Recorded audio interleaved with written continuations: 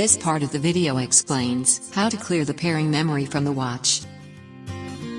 Hold down the mode button on the watch for about 2 seconds to return to timekeeping mode from any other mode.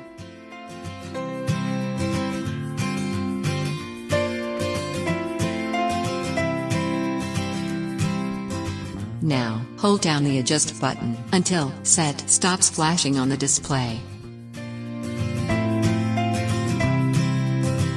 Then, press the mode button to start the setting mode.